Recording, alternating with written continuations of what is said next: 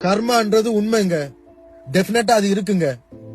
அதாவது யாரார் உங்களை வந்து புண்படுத்தினாங்களோ, யாரார் வந்து உங்களை அளவச்சு பார்த்தாங்களோ, யாரார் வந்து உங்களை ரக்கி காய்ச்சாங்களோ, யாரார் வந்து உங்களை தூக்கி எறிஞ்சாங்களோ, யாரார் வந்து உங்களோட பேரை வந்து கெடுத்தாங்களோ, கண்டிப்பா அனுபவிச்சே தீருவாங்க. கர்மா வந்து அடிக்கும்.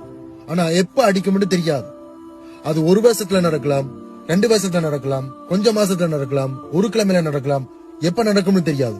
ஆனா நடக்கும் போது ரொம்ப கொடூரமா தான் இருக்கு. நான் இதெல்லாம் கலைக்கும் போது நான் சந்தோஷமா தான் கலைக்கிறேன், பெருமையா கலைக்கிறேன்னு நினைக்க கூடாதான்.